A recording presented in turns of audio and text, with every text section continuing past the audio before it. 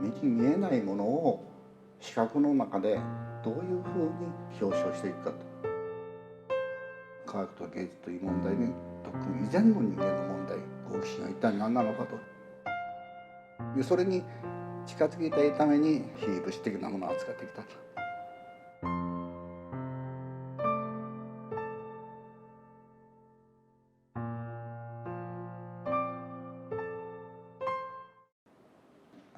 私はこの美術をやり始めたのは必ずしも美術が好きでそういう道に入ったわけじゃありません。当時軍隊におりまして航空兵として、それであわよくは命からがら終戦で佐伯航空隊から九州の舞に戻ったわけですけども、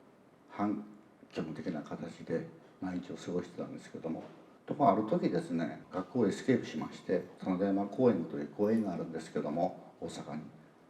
そこで昼寝をしとったんですね。大体毎日エスケープしてましたけど、そしてある時ですね、ぽっと目覚めると小柄な老人がですね、三脚を立ててね、汚いベニヤ板で油絵で絵描いてるんですよね。お寺をね描いてるんですよね。で前に木があって、その木があって、瓦屋根があって、その通り描いてるんですけども、ところがその人が描いてる空の色はピンクなんですよ。でその時はびっくりしましてね、空が水色なのになぜピンクを塗るのかなと思ったんですけど、岩的な相関関係がですね、非常に私は美しいと思ったんですよ。綺麗と初めて思いましたね、絵というのは。で、私は絵描きになろうとそう思ったんですよ。それでその当時大阪の美術研究所がやっとね開かれて、とりあえずピンク色の空を塗りたかったんでそこへ行ったんですけども、絵画のやっている人たちがなぜか知らないの割と多いんですよ。それでもう後から行ったもんですから入り口がなくて、隣の部屋へ行ってくれ言われた。で隣の部屋は彫刻の部屋なんですよ。これその研究所には小磯良平だとか田村幸之助とか、ね、そうそうたるね絵描きがですね押しに来てたんですよ。そしてたまたまそこで石膏デッサンを始めたんですけども、ボロクソに言われました、小磯良品でも。でそこの彫刻の先生が「君石膏デッサンを勉強するやるんなら立体を作ってみたら石膏デッサンの時やる時にものすごい役立つよ」と言われて、で後ろの方で恐る恐るねそのモデル様顔を作ったんですよ、粘土で。そしたらその先生が褒めたんですよ。まあ陽気に言うので、それでついおだてられてね、非常に興味持って、ものを作ることの興味っていうのはおだてられた結果もあるんですけども、実際に現実にできてくるわけです、絵画と違って。それに非常に惹かれまして彫刻を始めた。でここにある主役小屋というのはその当時にやっと一枚描いた最初の油絵なんですよ。石津というね大阪の海岸の浜辺へ行って海狩りに行ったんですよ。で後ろを見ると小屋があったんですよね。でそこにちょうど夕日が当たってまして、綺麗なと思いながらそれを描いたんですね。その後もし大変な試行錯誤をしまして今日来てるんですけども、ほぼ半世紀以上やってきました。私は鉄の作品なんて本当はね作る気も毛頭なかった。だからある石膏で作った自画像をだんだん崩していって非常に抽象的な変な形のものができたんですよ。でそれをね鉄にしたかったの。鉄の硬質感というのはねブロンズやなんかと違って非常に人間に比喩感覚的にね反対なんですよね。でそういうものでいいもので作りたいなと思ってその鉄の養成者さんに相談しに行ったら「そんなこと無理だ」で、それだったら君ねここでねアルバイトしながら何か作ったらどうだって言われたんで、それでやり始めたのがこれなんです。で一つ思い出があるのはこの作品を作ってる最中にこれを外へ出しましてね、ちょっと溶接したりしながら後ろへ下がってじっと見たりね、でまた行ってちょっとつけたり見たりしてたんですよ。そうするとね近所の人がなんかおかしな人がいてるということで警察に届けたんですよ。警官がやってきましてね、でコンコンと肩叩いて「君大丈夫?」そういう記憶がありました。そういう作品です。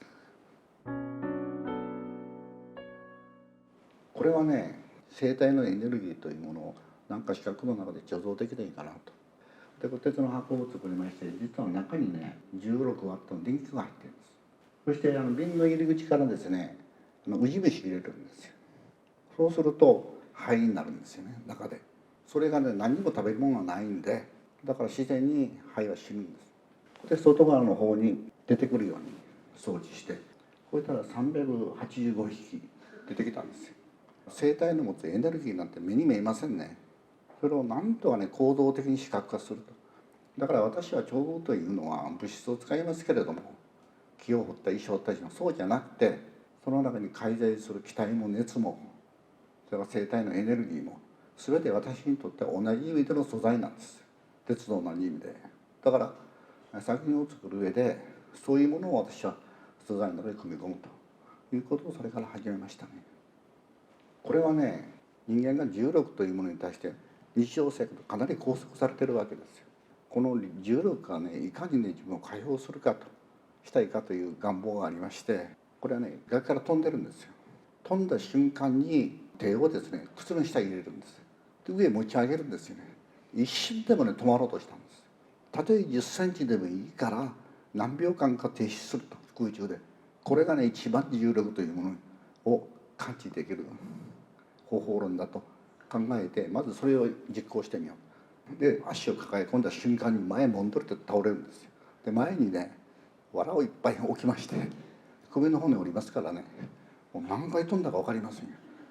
だから従来までの彫刻という概念はもう完璧に逸脱してまして、自分が創造的にやってみたいことを、それをいかに実現するかということがアートだと思ってました。今でもそう思ってます。これはですね酸素という気体ですね、これをなんとか継承化したいということで酸素を入れるバルブをつけまして、そこから酸素を投入しましてね、でそれを無理に折ったんですよ。で酸素が折れるっていうことはありえないんですよ。しかしそうすることによってむしろそういうもののありようを際立たせると。そして横にある瓶はこれ全く逆の気体で一酸化炭素です。植物というのはご存じのように光合成もあるんですけども、反対なんでね、いわゆる酸素を吸って二酸化炭素を出すと。ところがこれはすぐね枯れちゃったんですよ。だけど生と死の問題の中に表情としての気体の問題、そういうものを表現したいと。で極めてナンセンスな作品ですね。これはねそういう今までのような実体彫刻じゃなくて、なんか本を作りたかった一つで、この86年にタクラマカン砂漠へ私旅したんですよね。でその旅の途中で塩の川とかね、それから砂漠の中にコロッとねなんていうんですか、こういう虫があるんですけど、向こうの象徴ですけども、その虫の抜け殻があったりね、鉄板の中に埋め込んだりした。でこれは本が閉じて開けるというで、本体とそれをめくった時の側との関係ですね。でこれはね鉄板をね裏から熱で炙りまして、で指に硫黄をつけるんです。そしてバッとコンパスに書くと硫黄がガッとくるんですけど、ですぐ蓋するんですね。そうすると硫黄が瞬間に蒸発していくのが反転して同じ形が下にできるんですね。だから右のページと左のページが逆に相関関係で同じように映る。これはね口からね天山の方に入っていきますとね、塩の川があるんですよ。干上がってね川自身が真っ白に塩になってるんです。でその中の塩を持って帰ってその方向性のラインを入れて反転したんです。これはね黄金虫のようなそれ抜け殻なんですけども、鉄板に埋め込んで、で片っぽの方の茶色は私はここ行った時のボタンがあるんですよ。同じような茶色、それちぎって埋め込んでる。だから自分の着衣とそれと抜け殻と同時に併用する。しかも硫黄は反転してますので同じ形が左右にできると。これはねペコッと引っ込んでる分あれ鉛なんですね。熱を真っ赤にね尖った熱を焼いて自分の下へ持っていくんです。そうするとギリギリ熱をものすごく感じるんですよね。で私のその時の下の形をそのまま石膏に取ってで鉛やってその型をグッと押し込んでるのがへっこんでる。これは私のその当時の下の形ですね。大抵ね、本というのは紙です。木の本ってのはもうないです。まして鉄の本ってのはないんです。で、鉄というのは熱に対してすごい反応するんですね。でそれを使って日常的に使われている本というスタイルを作ってみたい。非常に単純な思いつきですね。これはね、鉄を熱で溶断していくんです。溶断ってのは切り取っていくんですよね。それをずっと続けていくと、熱の収縮によって多少光円が来るんです。これを延々と続けると広大な円になる。でこれ円周の一の一部なんですけど、溶断器で熱を当てますと溶けてくるんですね。その時高圧酸素を出して酸素で切っていくんです。だから触れてないんです。直にノコギリみたいに神経で切るという感覚です。人間の神経で鉄を切っていくと。はい。でこれはそういう非常に関連的な要素を踏まえながら、なおかつ実物の物質そのものをもっぺん再起したいと。砂漠に行った時に塩の湖に見たんですよ。その断面がですね、もう300年400年徐々に積もっていってね。でそれ見た時に初めてね、塩の物質というのを感じました。で塩っていうのはね、人間が生きる時に必要なもんだとかね、あるいは殺菌するだとか、その塩の効能ってのはいろいろあるわけ。そうじゃなくてまともに物質としてみたい、そういう考え方が一つありますね。これはね、頸動脈なんですよ。私のこの頸動脈の痕跡を書いていくと、親指で押さえて右手で書いていくんですけども、その時に頭使うとダメ。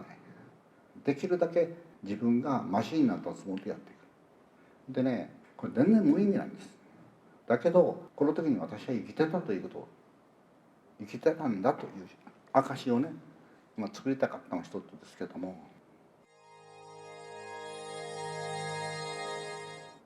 これはね、消しゴムでふってマイナスだから物を書くということでプラス化していくわけです。でそれを消すということを、単純に言えばマイナス化していくと、そういうことを基準にしたドローイングですね。で白くするんじゃなくて、書いたものを一旦また消去してしまうと、そういう意味での風ですね。でそこに、大前の経済のドローイングを書いたりしてますね。でこれは関節ですね、骨。それを孵化したテーブル上の中に、あそこに写真が貼ってある。これはね、月のクレーターの写真で、私は絵画というものに対して極めてね、消極的なんですけども、ドローイングというのはそこにあるものを描くということじゃなくて、自分の心象的な問題をどう定着するかという非常に手軽な方法ですので、時々やってますけども、これはね、この前にある茶色の銅棒がありますね。この銅柱の中にヒーターが仕掛けられてまして、で私の自宅からですね、コンピューターの制御を使ってこれ熱を送るんですよ。センサーで口加えましてね、でそれを一旦こう数値化して、でそれでここまで送ってきて、で私は36度3分だと36度3分の熱がこう送られてくるわけです。で触られたら分かりますようにあったかいんです。で毎日美術館に送ったんですね。でこれを制御するために聞くところによると数学の微積分を使ってるらしいんですよね。この技術を開発したこの人は実はこの問題を特許を取ってるんですよ。先日私は村岡さんの滋賀にあるアトリエに伺ってですね、そのアトリエの上に非常に高性能の天体望遠鏡が取り付けられているということで、非常に小さい頃から天体に興味を持っていらして、中学1年生の時に勝手にね、天文に憧れて望遠鏡を作ったんですよ。小さな望遠鏡。それでね、初めて、ね、自分で作った望遠鏡で月を見たんですよ。そしたらクレーターがバカバーンと見えたんですよ。私にとってはものすごい恐怖だったんですよ。いわゆる他者、それと対立するという生な感覚っていうのはね、非常に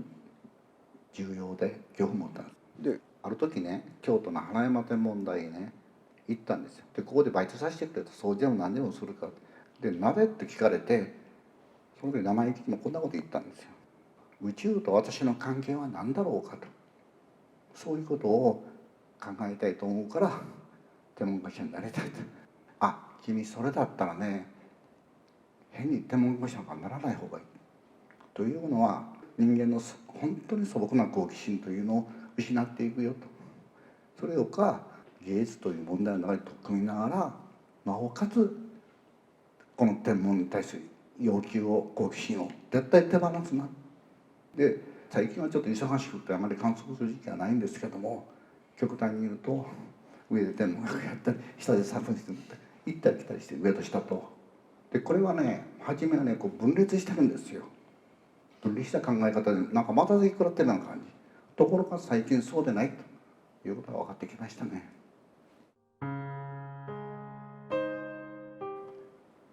これはアイアンベッド、言い換えればスタンディングベッド、立って寝るベッドなんです。航空兵の時に深夜のね当番があるんですよ。当番っていうのは保証ですね。銃を持って兵舎の前に立ってね、でそれに当たった時に立ってたんですよ。目札がどうしようもない。で横見ましたね、ベニヤ板が名前重ねてあったんで、それをはっと思いついてそうと言って、その兵舎の横に斜めに立てかけたんですよ。ほいで立ってるふりして寝てたんです。もたれて不穏な状態ですけど、いつでも起きれるよと、いつでも対応できるよと、しかし仮眠はするよと、そういう非常に中途半端な構造の中で自分のありようを見つけていきたいと考えたんですよね。でその時の鮮烈な記憶っていうのがありまして、九州にあります鉄の墓っていうのを作りまして、3メーターと6メーターぐらいの鉄の部屋を作りましてね、地下に埋め込んで、その中にこのスタンディングベッドを設置したんですね。私はね、戦時中の訳す時に目に焼いたりもたれながら感じたことは何かというと、辛いな、なんといいな、ふっと見てると星空が見えるんですよ。で斜めに立ってるわけです。そうすると生地立ってる時よりも体に重力を感じるんですよ。戦時中で死ぬか生きるか分からん時にそう感じたんですよね。でそれがね、おそらく重力を使う作品、あるいは非物質で見ると作品を作る経過になるということがずっと続いてるんじゃないかなと思いますね。今美術というと何かということを大変に考える時期なんです。もう一度ね、考え直す必要があると。芸術美術ってかなりね、宗教という構造と非常に癒着しやすい構造を持ってるんですよね。もちろん宗教を作ったのも想像だと思いますけれども、純粋の真の好奇心の中で科学と芸術という問題を人間がどういうふうに原点に立って考えるかと、今非常にその曲がり方に来ていると、ものを想像していく上に。だから今の大学生が理科系文化系で分かるでしょ。とんでもない話なんですよ、本当言うと。もう一遍ですね、人間が科学と芸術という問題に特訓以前の人間の問題、好奇心が一体何なのかということを探っていく必要がものすごくあると。それによってね、おそらくね、美術芸術というね、受け取り方、作り方、考え方がものすごく変化すると思いますね。これが私は今後の美術だと思いますけど、それでね、我々今生きてますね。で生きてる人間が積み重ねられてきた文化というものを五章を大事に受け継いでいくということも結構です。しかしそれを批判できるのは私たちですよ。死んだ人間はできません。でこれからまた生まれてくるにはできないんです。ただ生きてる私たちがその自由を権利を持ってるんです。そこは非常に大事ですよ。でこの後はもう戦時中のそういった問題を引きずらないで、明快にできるだけ芸術科学という原点と創造という問題を順度を持ってやりたいというのが今の思いです。もし許されるならば今後それに向かいたいと